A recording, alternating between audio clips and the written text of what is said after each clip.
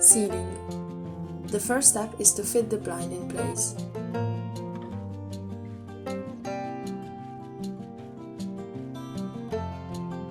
When correctly positioned, mark the holes in the ceiling.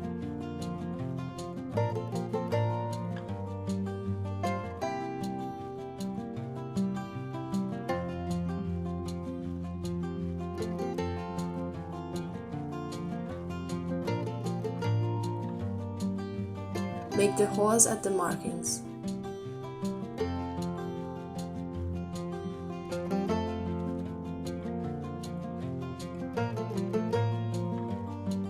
Insert the dovels into the holes, hammering them into place if necessary to ensure they are properly seated.